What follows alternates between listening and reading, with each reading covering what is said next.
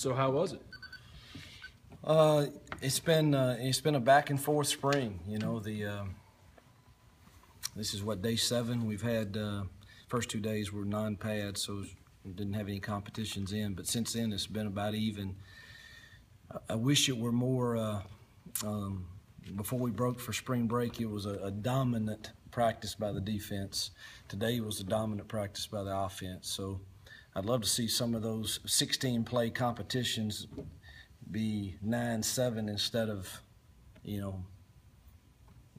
10-6 or worse in some cases. So we've had a couple of practices like that. I thought we were a little, still looked like we were on spring break a little bit today as far as the conditioning and getting back into it. So hopefully they'll be with Coach Jackson tomorrow and we'll get the film knocked out and then come back Wednesday and Thursday. Hugh, your quarterbacks were over in the drill at one point with Derek and the running backs going. Is that something y'all have done a lot before and I've just missed it?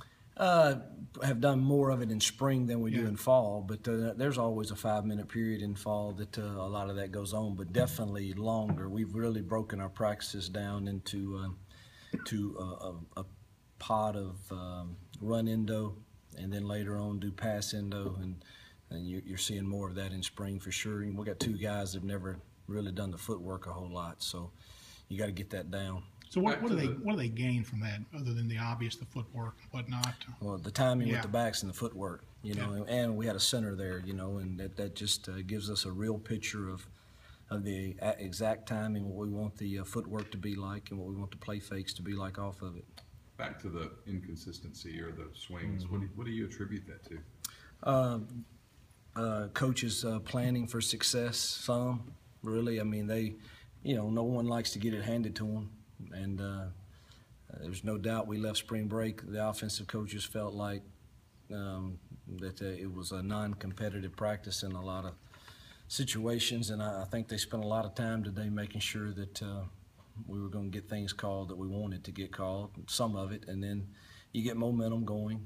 The defense answered the bell in that last period. The third down period is the one they won, but that's the only one they won today. So it was that they did answer the bell, but it's, some of it's, us being young at some places and you're still installing some stuff, but probably a lot of it's us paying attention to what we want to call in certain things. I know you mentioned String would probably be back after spring break. Any update on him? Yeah, he is, and he's got the boot off and he's moving around, but Pat said he wasn't ready to go today. That's all I know. I mean, I think it's kind of a weird spring that has some, they use the term for it, but it's got a little blood in the bone, and they just want to get it all out before he can go. But he's no question he's feeling a lot better. Since you've gotten him fully cleared, what have been your impressions of Eric at running back? He looked very good today. Yeah. I mean, he hadn't gotten a ton of carries, but today he looked quick, powerful, strong, finished runs well, like what I saw. How's he different than what you have back there? I think all of our guys, they're all up over 200 pounds now, and they all, have certain things, but he seems to finish runs with a certain amount of authority for sure that we might not have seen as much of in the past. Seems like you on signing day, you talked a lot about his speed and change of direction and that sort of thing. Did you think you were going to see the power from him that he was showing today?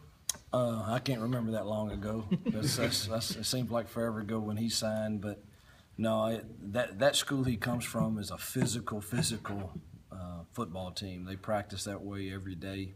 Mike Hilton, obviously, from there, and I've always felt like if he got healthy, he's got a chance to be a special kid. Through 7 practices, who are some players who've consistently caught your eye day in and day out?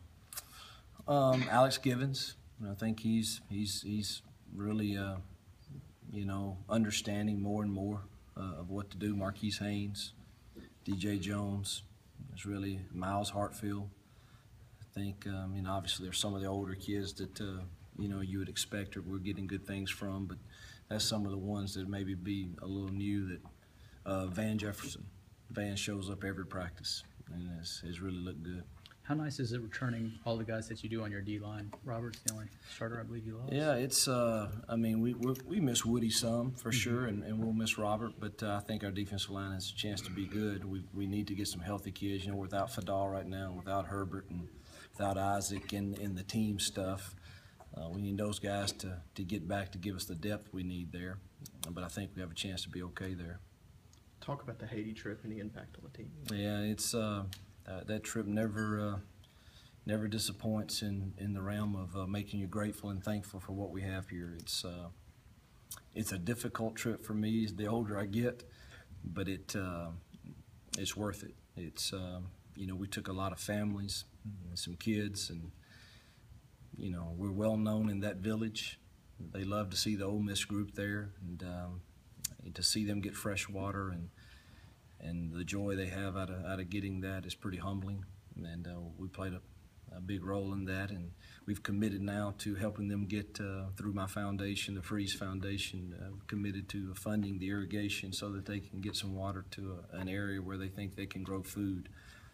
So it's a humbling deal. It always ends up impacting us more than probably impacting them. But it was a great trip. Other than I don't sleep and don't eat a whole lot. Thank you, Hugh. Thanks, guys.